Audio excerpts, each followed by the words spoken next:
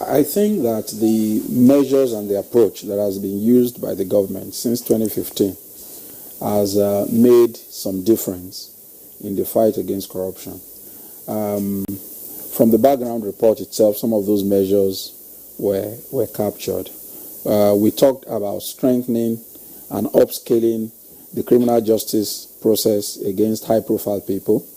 And this is one of the yardsticks that is used by the international community in measuring performance. That's number one.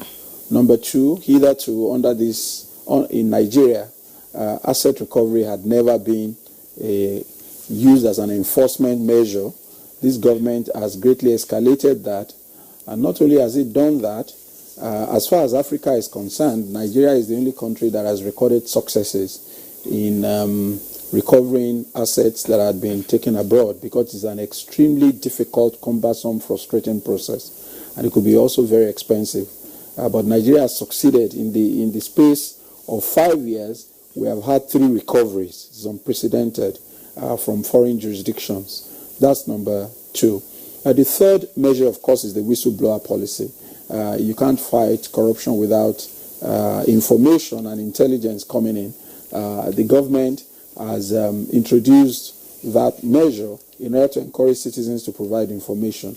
The fourth is a combination of transparency and accountability structures to help the government track and follow money. You talk about the TSA, you talk about escalating the BVN, you talk about the recently launched Open Treasury Portal. These are all measures that are strategically designed at putting openness. As we all know, sin thrives in darkness. Corruption thrives in darkness. Once you throw light on it, you diminish the capacity of corruption to progress. So what the government has been trying to do strategically is putting light by taking measures that will help to put openness into what is going on. The fourth is bringing a lot of people who either to have been involved in illicit financial flows and avoiding taxes, bringing them into the net. One of the executive orders that was signed recently was to say if you have assets outside the country, that's not the issue for now. Pay tax, for starters, if it's legitimate, because you may be, the basis of taxation is residency. So if you are living in Nigeria and enjoying all of the services, and you are having income from somewhere, and you are not paying anything on those assets, you are violating the law. So again, and it's an anti-corruption measure. Then the fifth, of course, is the role that anti-corruption agencies are playing in terms of not just enforcement measures, but also prevention measures. We talk about the ICPC, EFCC, and other CCB, Code of Conduct Bureau, and all that, escalating asset declaration.